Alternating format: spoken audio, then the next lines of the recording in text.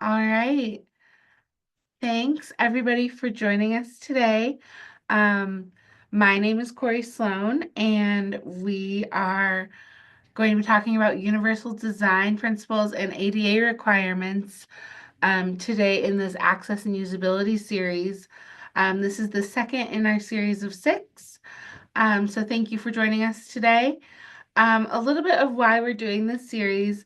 Accessibility is really important. I think it's not just the right thing to do, but 25% of Americans have are considered to have a disability, and anybody can become disabled at any time. I think that's something that's really important to remember.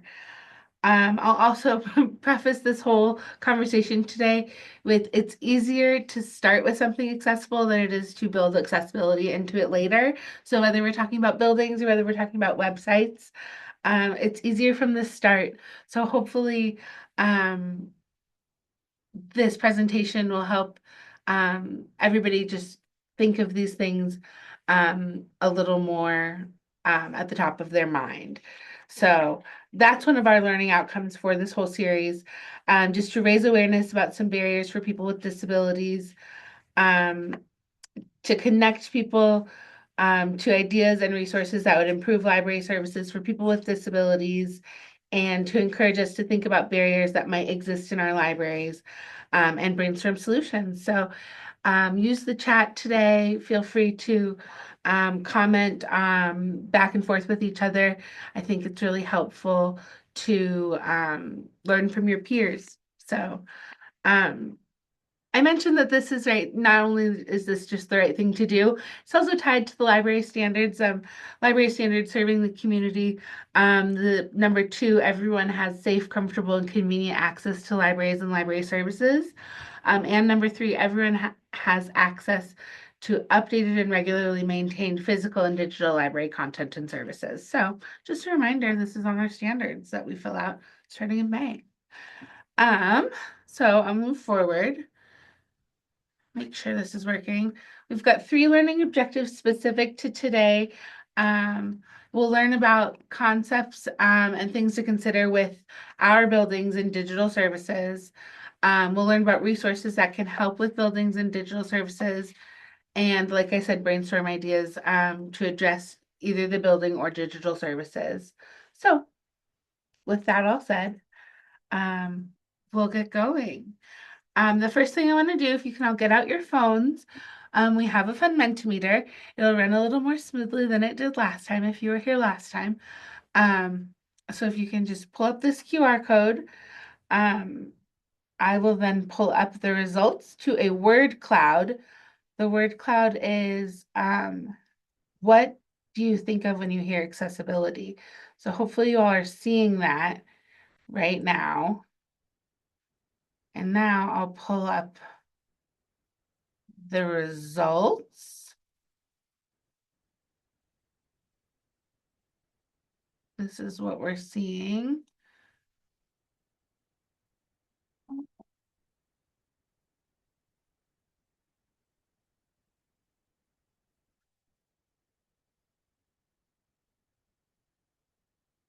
Equity, inclusion. It's more fun this way, sorry. Words that are coming up with the word cloud when they're bigger, that means they've been responded to multiple times.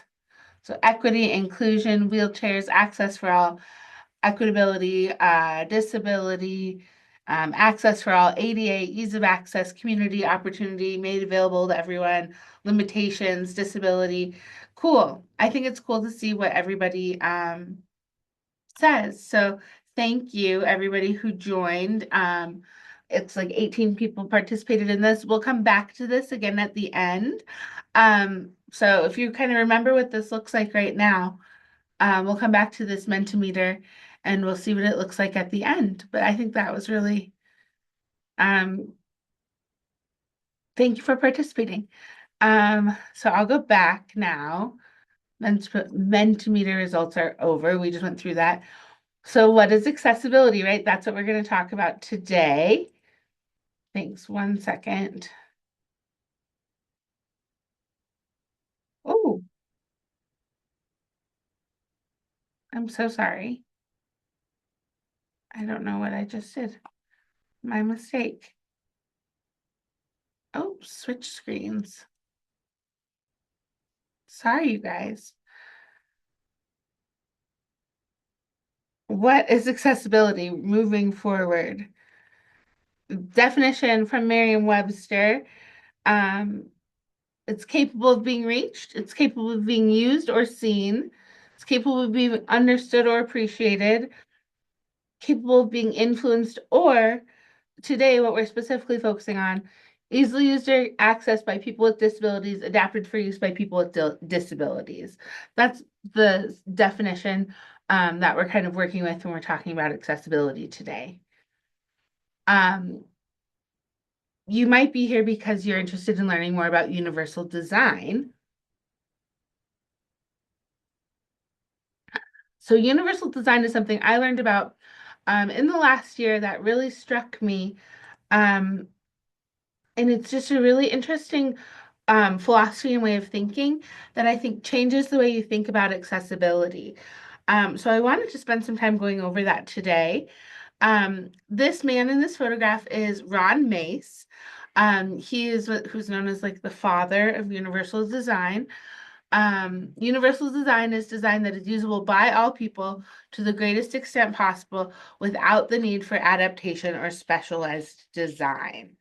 So, Ron Mace, you can see, is in a wheelchair. He's a wheelchair user, and he was born in 1940 and contracted polio in 1949 when he was 9 years old, and was a wheelchair user since then. He passed away in 1998, but he graduated from architecture school in 1966 and became a working architect um, in a wheelchair, and noted many times hallways that were not wide enough, doorways that were not wide enough, a variety of things that were inaccessible to him as a wheelchair user. So after 4 years as an architect, he started focusing on accessible housing in 1970. In 1973, he assisted in America's first accessible building code in North Carolina. Um, and universal design, this concept that I believe is trademarked. There's a Center for Universal Design, Principles of Universal Design, um, was kind of created in the 1990s. So it's designed, universal design, the Center for Universal Design, um, is more geared towards housing, but it extends far past that.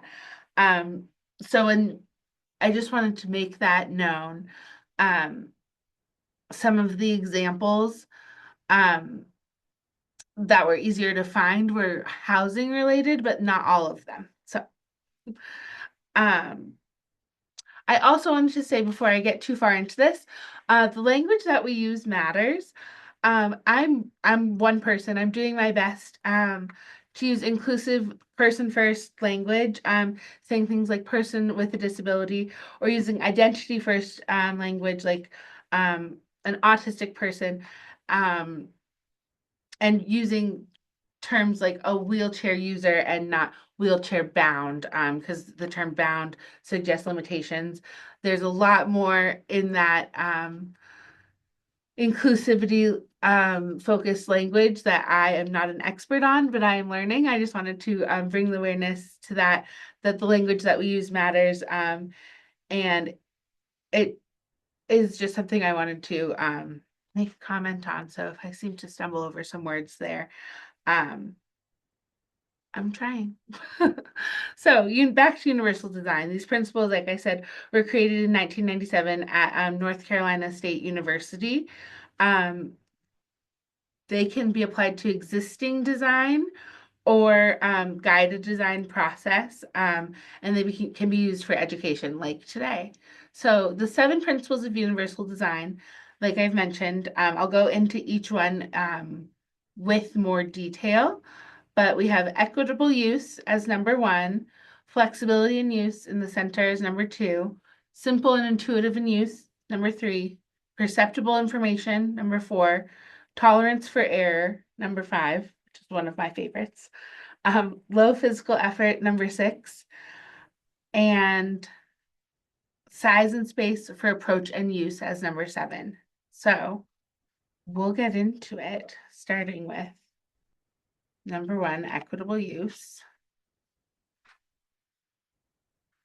The design is useful and marketable for people with diverse abilities. It provides the same means of use for all user, identical whenever possible, equivalent when not. It avoids segregating or stigmatizing users, provides provisions for privacy, security, and safety equally available for all users, makes the design appealing for all users. This photo shows a ramp into an entrance to a building, and then you can see on either side of it, you can see the stairs. This shows that the ramp and the stairs are in the same place. Sometimes an accessible entrance is a totally separate entrance around the building, around the side. If there's a group of people who are coming to the library together and one of them is a wheelchair user and the entrance is on the other side of the building, they have to separate from their group. They have to leave and use a different entrance. That speaks to that second point, segregating or stigmatizing users. Obviously, this is not meant intentionally, but that it can be an effect of saying, oh, the accessible entrance is actually around the back. I like this photo because it gives a good example. Obviously, it's different. Somebody using the stairs, somebody who's unable to use the stairs is going to have to use this separate ramp. But what I like about it is it's right there, right next to it. And people don't have to use the stairs. The ramp is wide enough for any users. So that's an example of equitable use.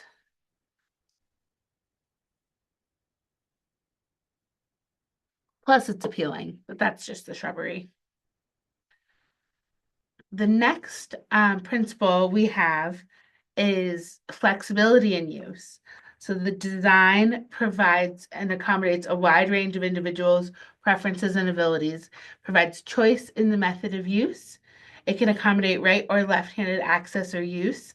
Example here would be these right or left-handed scissors.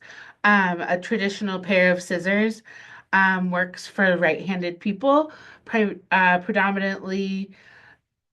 I think most of the society is right-handed, so the scissors are designed for right-handed users, and left-handed users can use them, but it's awkward and it's uncomfortable and it's not intuitive. So this image of ambidextrous scissors.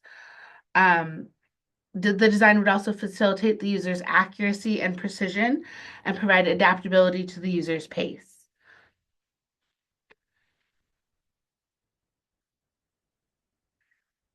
Principle 3, simple and intuitive use, is one that I feel really passionately about. Use of the design is easy to understand regardless of the user's experience, knowledge, language skills, or current concentration level. Symbols.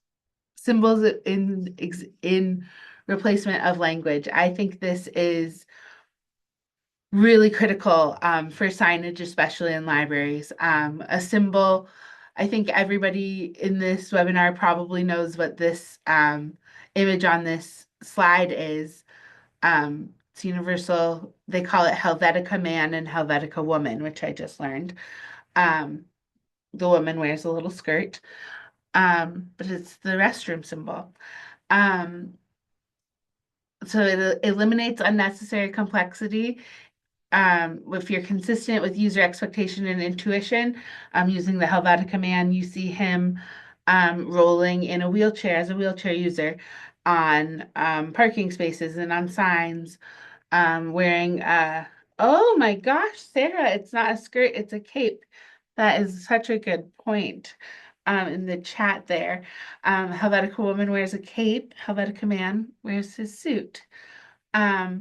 You'll see them holding a library book, for example. You'll see them symbolizing people in any signage, which accommodates a wide range of literacy and language skills, which I think is increasingly important in our libraries. Oh, I didn't mean to scroll forward. I'm sorry. At the bottom of these bullet points, arrange information consistent with its importance. Another example of that is in web editing. I wanted to point that out. If for screen readers, the way information is organized, consistent with importance is important for people who use screen readers. And then providing effective prompting feedback during and after task completion. So the next principle, perceptive use. Design communicates necessary information effective to user regardless of ambient conditions or user's sensory abilities. One of my favorite examples of this is a crosswalk. You can hit the button. In this example in the photo, you can wave in front of the button. I've noticed often now crosswalks are audible as well. So they will tell you to wait and you can hear the countdown.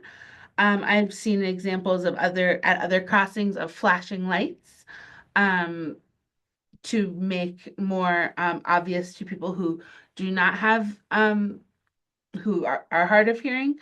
A flashing light can alert to time to cross the street.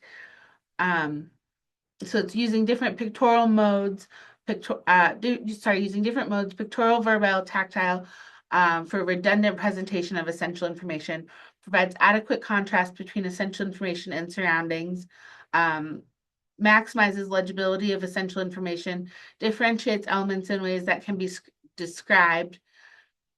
Example, make easy to give directions or instructions, and then provides compatibility with a variety of devices or techniques used by people with sensory limitations. Another example of that would be tactile or textured concrete on a curb that's changed. Maybe you're approaching a crosswalk, but it's letting people know so in advance that that's coming. So the sidewalk panel is made of a different kind of concrete with raised, almost braille-like circles of concrete, just organized in a different way.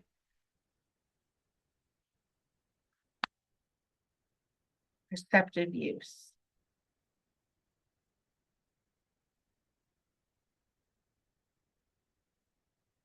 Tolerance for error. So the design minimizes hazards and the adverse consequences of accidental or unintended actions. This photo is meant to be a joke. This photo does not demonstrate high tolerance for error. This photo is Robson Square in Vancouver, BC. And while it does provide both ramps and stairs in a location in the same location to get to a destination, it is not very friendly to users in wheelchairs, mothers with strollers. The incline is very steep. There are not safe hand railings or anything like that. I think a skateboarder with a wish to stress out his mother might enjoy this, but I put that photo there as kind of a joke. So tolerance for error. Design minimizes hazards and adverse consequences of accidental or unintended action. So elements are arranged to minimize hazards and errors, unlike this, which I believe was an art piece in this square, not necessarily functional. You also provide warnings of hazards and errors. So hopefully at the top of the square, there is some sort of warning that says, oh, steep incline and stairs coming. It provides fail-safe features, unlike this photograph where the handrails, well, nice, aren't necessarily in the most useful location. and it would discourage unconscious action in tasks that require vigilance. This stairwell, if you look at the top here, looks very much like you could just stumble down it accidentally. So that's tolerance for error. Principle 6 is low physical effort. The design can be used efficiently and comfortably with a minimum of fatigue. This would allow users to maintain a neutral body position, use reasonable operating forces, minimize repetitive actions, and minimize sustained physical effort. A good example of this are doorknobs. This is a good photo that shows why a lever doorknob might be preference to a turn doorknob. Um, if your hands are full and you are trying to turn a doorknob, you know that's really frustrating. Now, imagine if you didn't have full mobility in your hands, that's always going to feel frustrating. Little children don't have the dexterity yet. Maybe that's a good thing if you want to keep them in their rooms. But to go one step further than this photo, that lever door handle would be push doors, like with the bar that I did not put a photo of, I'm sorry, or one step further of that, automatic doors, which I think that a lot of government buildings and libraries either retrofitted or are putting in. I think that might be a requirement in new construction buildings for public buildings, but not a contractor, couldn't tell you for sure.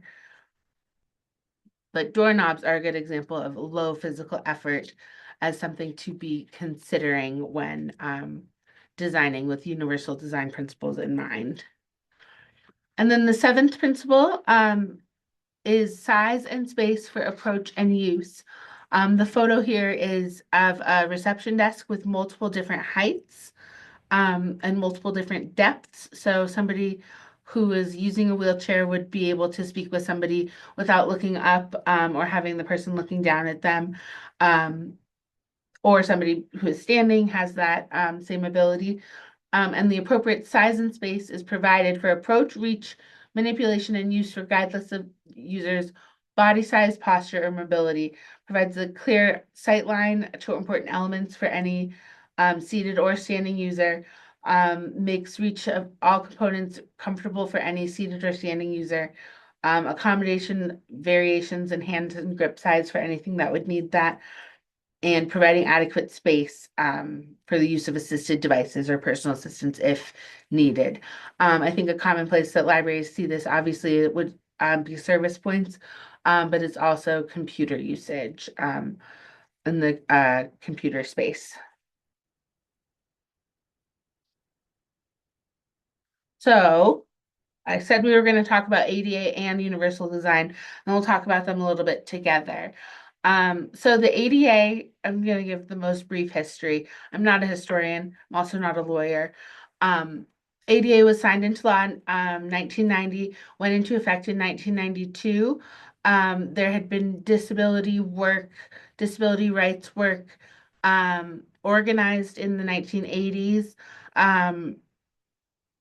And then sporadic prior to that with disability rights nationally.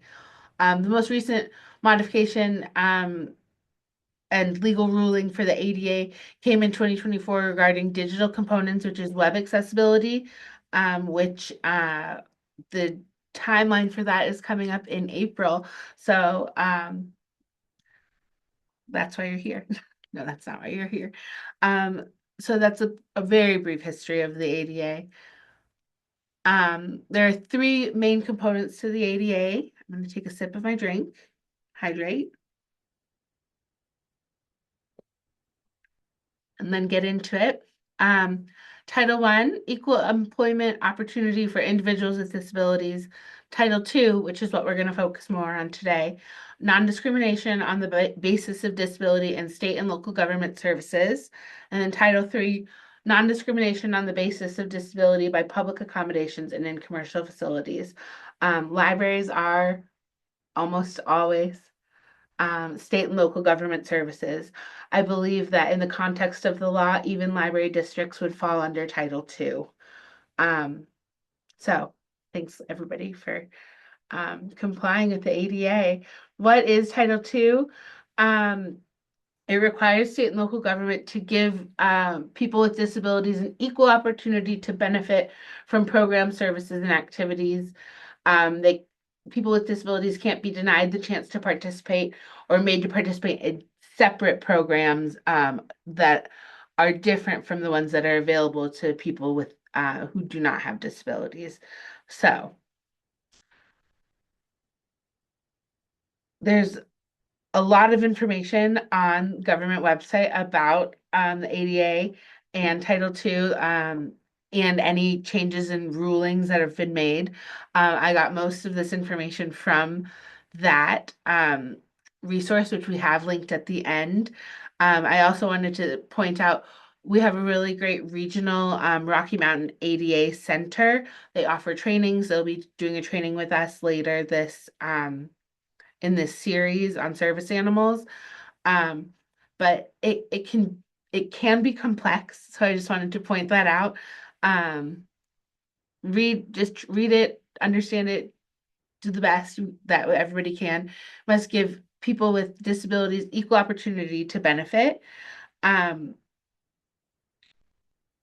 I said this already, I'm so sorry.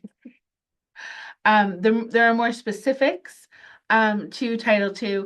I just went through the general that you can't be made to do anything different and they must be given the same abilities. More specific, that includes communication with people with disabilities must be given the best effort to be communicated with the same information given to people without disabilities. Reasonable modifications to policies, practices, and procedures should be made. An example of that would be to allow a service animal to be with their person, even if there's a no pets policy. Providing programming access to ensuring that individuals with disabilities are not excluded from programs because existing buildings or facilities are inaccessible to them. I know that can be really, really hard in a facilities world, but it is our responsibility to provide access to a program. So whether that looks like that it's available online as well, or viewed in a viewing room or something like that. Following standards on physical accessibility when building or modifying a building and renovating. We have Christina Koch here from Thompson-Hickman in Virginia City, who's going to talk to us a little bit more about her experience with renovating for physical accessibility. And then this doesn't apply as much to libraries, following specific requirements for ticket sales and testing accommodations. But that is included in Title II's legal language. Um, like I said, I wanted to mention a few examples from libraries. Just liked this logo, curbside service. I know a lot of libraries went to curbside service as a COVID-19 response. But I think a lot of libraries, including libraries in Montana, continued this as an accessibility feature for library patrons, where getting out of the car is difficult. Um, whether that be for mobility issues or because they have a slew of kids to get in and out of the library and they're just trying to pick something up quickly. On the right-hand side, I have a photo from Marilyn's presentation from the Talking Book Library. So that's an example of a different type of device available for readers, a different type of format that's available if visual reading and visual um, impairments prohibit your use of traditional library products. This cute little service dog. We'll have a whole presentation on service animals because we know that can be a real pinch point for libraries. But an example of an accommodation would be allowing in service animals with individuals who need their services. Um, I also wanted to point out one of the things that was mentioned was reasonable accommodation to policy. That does not necessarily mean policy change. It's just worth mentioning. There's also more information on the website, on the ADA website, about what is reasonable and what is unreasonable. I don't think there's like a hard line that you can draw and say this yes, this no. But it helps you get a better idea when or if something is ever asked of you and your library to have a better um, understanding of how to adequately help somebody needing or making that request. Um, so that's my ADA accommodation example. Just a few. There are many, many more. So now I want to hand this over to Christina. Um, this is a very blurry, low resolution old photo of the beautiful Thompson-Hickman Library in Madison County in Virginia City.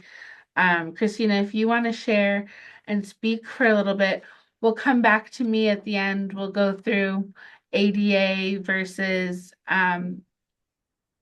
universal design and go on from there.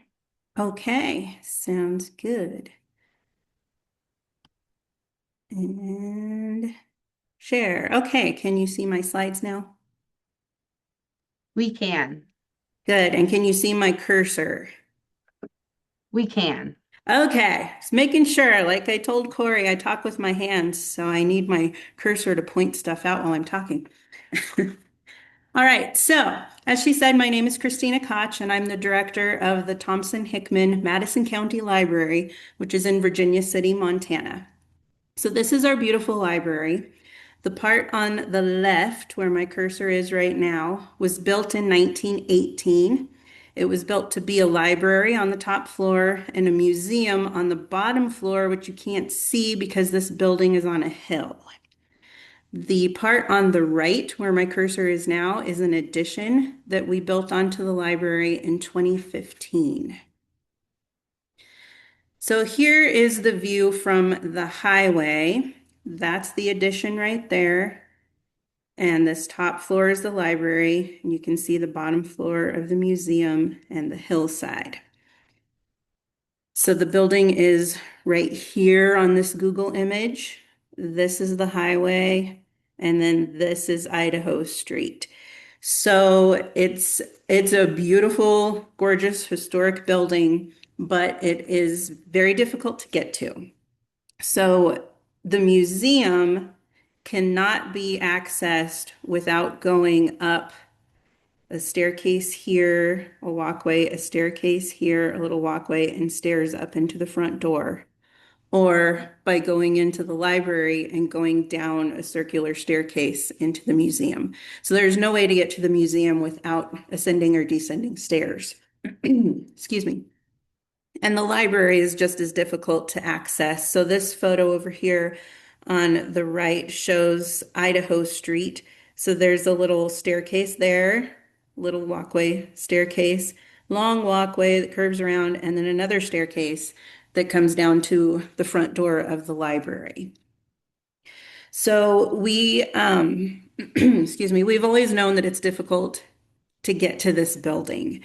We do have an alley that comes along right here where my cursor is. And this right here is two handicap parking spaces. So we do have accessibility to the library floor of this building, but it is hard to find the alley and there are only two spaces. So we have an amazing grant writer who worked for us to help us build the addition onto the library. And so he'd been working with us for quite a few years, and then he was diagnosed with MS.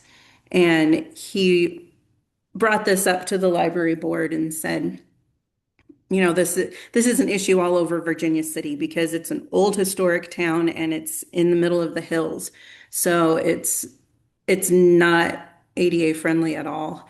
And we decided that we needed to do as much as we could for library patrons. So in 2022, we did an accessibility study, and the library board retained a planning consultant to conduct the accessibility study. It was funded by a grant from AARP, We interviewed local stakeholders, we held public meetings, and we created a survey that we distributed around the county to senior centers. We had it available in the library, and we advertised online access to it as well to try to reach as many people in Madison County as possible. And the findings revealed that people were frustrated that it was difficult to get to the museum, but they were even more frustrated with the lack of easy access to the library itself, because the museum is only open in the summers and the library is open year-round. And it was not only mobility challenged individuals, but parents with young kids as well. We do a lot of children's programs here, and the staircases make it difficult for people with young kids and strollers to get into the library. So we held many planning sessions and we developed a very broad three-phased plan. For phase one, we're looking at building an ADA compliant parking lot near the library, which would be right here where my cursor is. Phase two would be to install a ramp that leads from the highway up to the museum. Phase three is to build an elevator on the side of the building that will go from the library down to the museum and is next to our current handicap parking spaces. So through grants, fundraising, and contributions from the county government, we hired Great West Engineering to design plans for the new parking lot. Unfortunately, the amount of money needed to do all of the excavation work, the backfill work, and the retaining wall work to make a parking lot flat enough on this hill to be ADA compliant was extremely pricey. It was near $300,000. So we had to pivot from that idea. Then Great West Engineering designed a non-ADA compliant dirt parking lot that we can build with a sidewalk leading to the east entrance of the building. The sidewalk will have four-inch high steps spaced quite a few feet apart from each other, making the approach much easier for people with mobility issues and strollers, but it is not fully ADA compliant. But this is what we can afford at this point, and it will help with access to many individuals. So we are going ahead with this project at this point, and it will be going out to bid soon in February. So now that we're getting a new parking lot, but it is not fully ADA compliant, we know that we need to focus on improving the ADA space that we do have right now, which is these two right here. And they come off of, this is zoomed in from the Google images. So this is the old library. This is where the addition is. These are the two parking spaces, and this is the alley that comes around up to Idaho Street. So we applied for and received ALA's $10,000 LTD Accessible Small and Rural Communities Grant in 2024. And we purchased ADA compliant door hardware and actuators for the vestibule door and the main door of the west entrance. We used the door guys and we paid $8,782 to have this done. So this white car you can see here, that's parked in one of those handicap parking spaces. And then this is the vestibule. We have the push button here and this door opener operates it. There's a 2-second delay before this operator opens the main door into the library. And then there's a button on this side. There's also buttons in the vestibule that will do one or the other. So if somebody gets stuck in the vestibule, they can get out.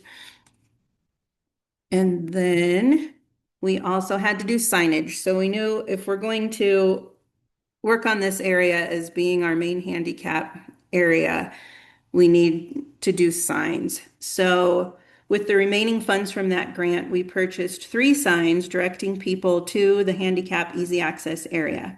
I had to work with the Historic Preservation Advisory Committee of Virginia City and the town of Virginia City to design acceptable signage. VC doesn't have any handicap signs in the town. So I had to research what is required for national ADA guidelines and what is acceptable according to Virginia City's sign code. And then I designed these signs along with the Historic Preservation Advisory Council, and they were approved by the town and installed in June of 2025. So we did three signs. We put one at the top here on Idaho Street where the sidewalk goes down to the library that points this way. That's this one. It says 1 block. So they go this way. There's another one that points that way and says 1 block, and another one that points this way and says 1 block to direct people to these parking spaces. And next, we are going to apply for another ALA Accessible Small and Rural Communities grant. We actually submitted the application a couple weeks ago to help us install a handrail along the new walkway from the new parking lot to the east entrance, new lighting and signage for this parking lot, and ADA hardware for the east entrance also. So we will have ADA hardware on both entrances. And then we're going to focus more on the handicap spaces that we currently have, possibly expanding that so we have more than just two, maybe widening the alley to make it easier for people to come in and turn around. And then the ramp to the museum and the elevator are still on the radar for the future, but that's quite a ways away. So we're kind of in the middle of this whole process, and it's very daunting, and you just have to have your goal in mind, but know that things are going to come up and you're going to have to pivot. Okay, so that's it. Corey, does anybody have any questions? I can't see the chat, so I'm going to stop sharing. Yeah, There we go. I can reshare my screen. Um, okay, you guys probably see that blurry picture again. I'll go forward.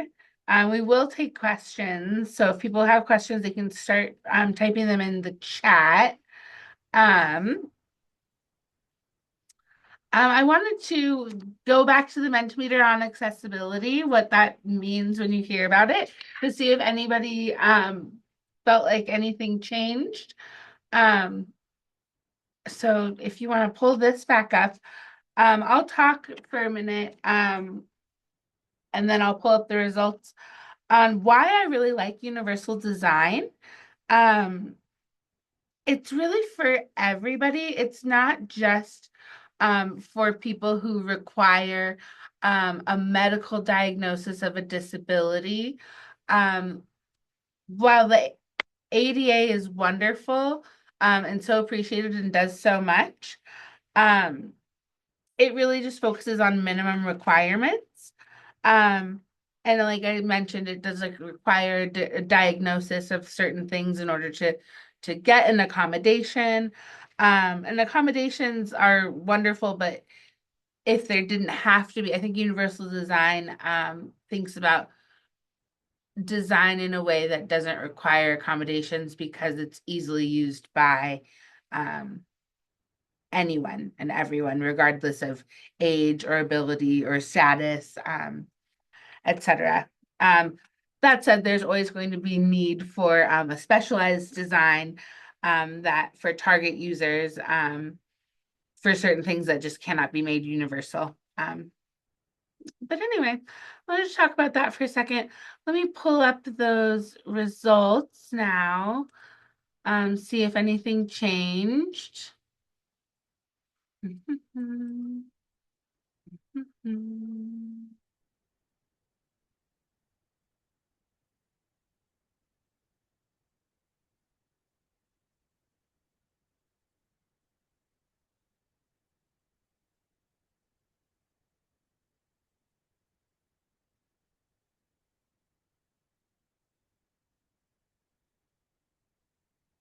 Equity, ease of access, inclusion, equal access, involvement, shared effort, made available for everyone.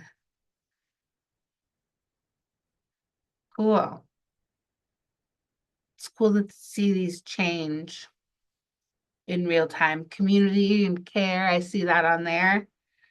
Help for all, needed. Yeah, cheers to that.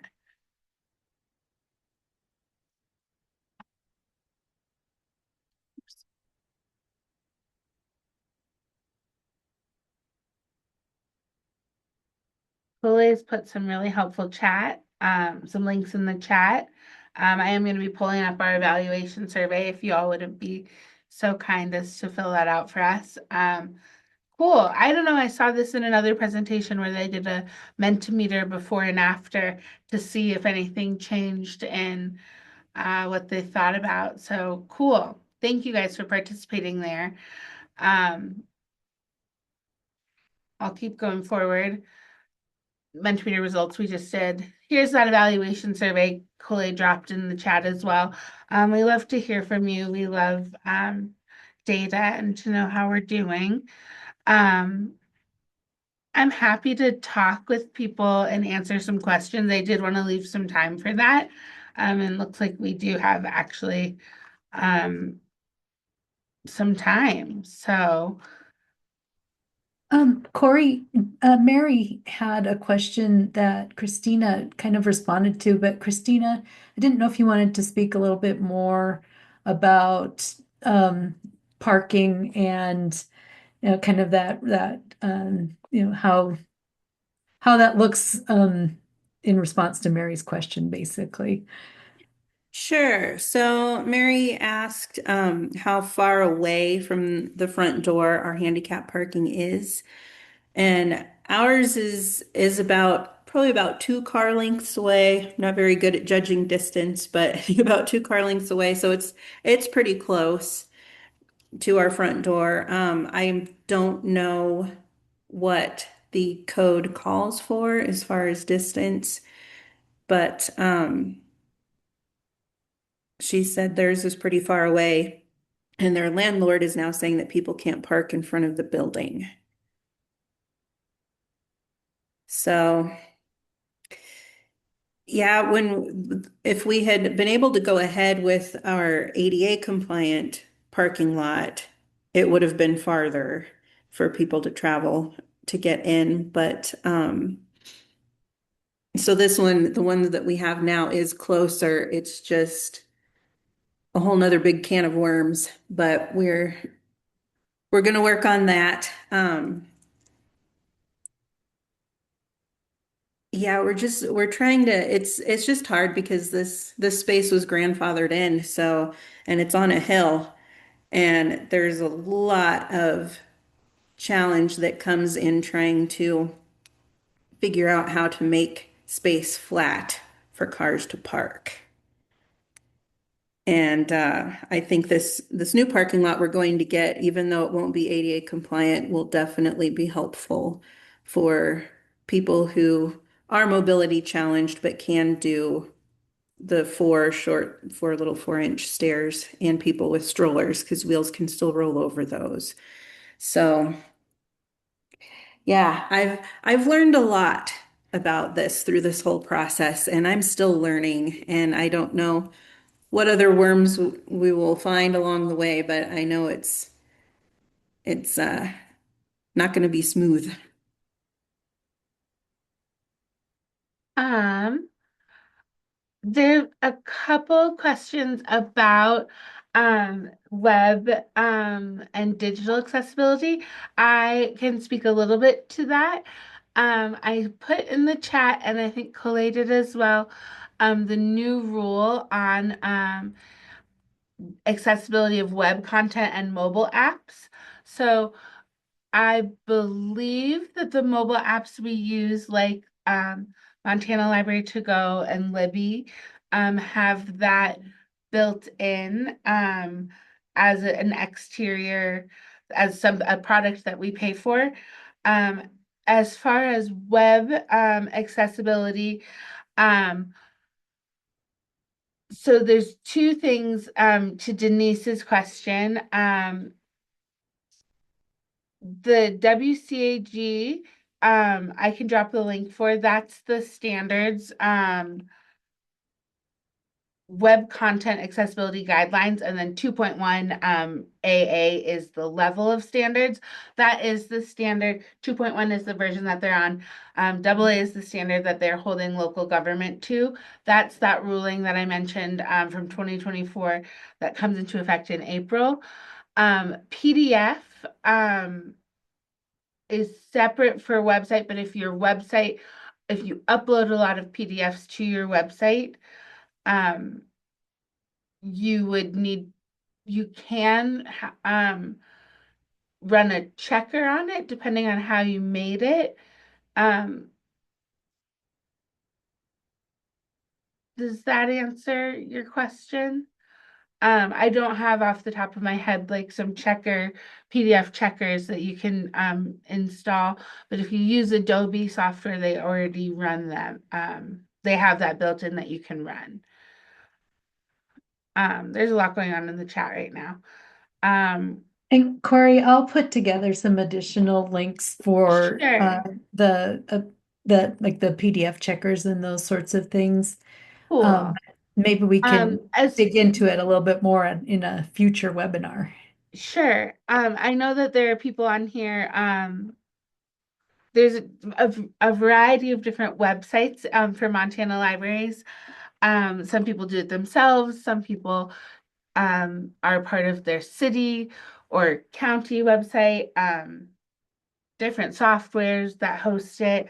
There are also web checkers that you can run that are free that you can then, learn to do it yourself. Or there are people you can pay, potentially, just a one-time fix, and then going forward, learning how to make the content accessible from the get-go. I mentioned this at the beginning of the presentation, but funnily enough, I'll mention it again. It's always easier to do things from the start than it is to retrofit, whether it's a building or a website. Um, I say that just, I guess, so that everybody has that shared commiseration, since obviously we're not building necessarily brand new websites and brand new buildings all the time. So retrofitting is what we're doing. Colette shared some of the tools that she uses. Thank you. Um, But these are really good questions. I know I've missed a lot of things. Accessible parking spaces, curbside service, home delivery. To the person asking about home delivery, we are doing not a webinar specifically about curbside and home delivery, but about meeting people where they are, which includes homebound services and things like that. Later in the series, that one is March 10th.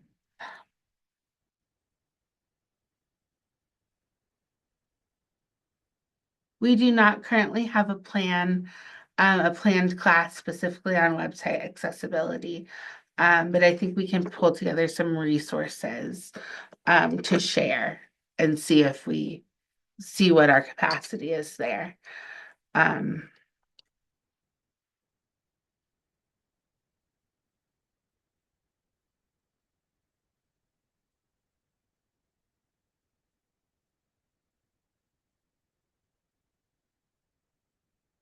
we will include resources for self-evaluation. I'm sorry that I don't have some pulled together already. Let me pull up the resource page we do have. Chloe shared a lot of these. Um, I would look at the Rocky Mountain ADA Center, this one listed in the center. They might have resources listed there.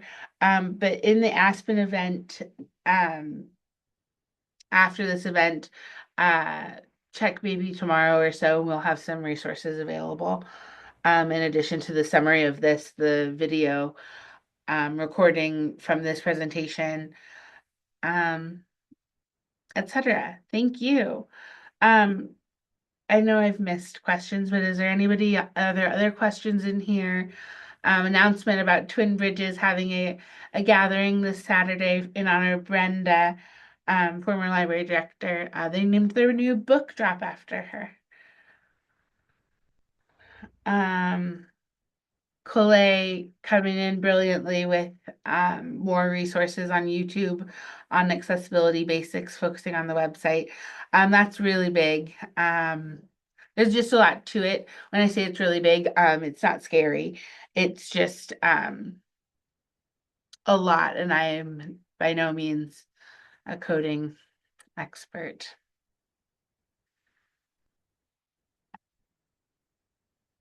Thank you for joining us. I don't have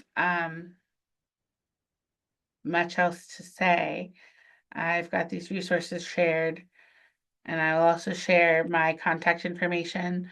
Um, if for nothing else, I can help point you in the right direction.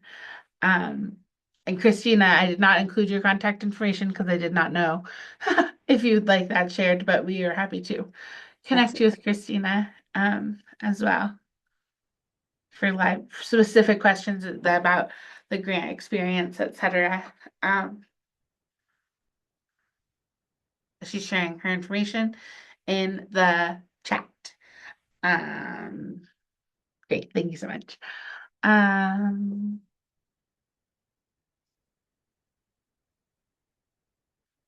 I think we could probably stop the recording if nobody has anything else. Agreed, Colette. Great experience and example to share. Thank you so much, Christina. Thompson-Hickman Library is so fun too. I do really enjoy visiting. And I think that I personally would have benefited the very first time that I visited um, as not a Virginia City native. So, of course, happy to.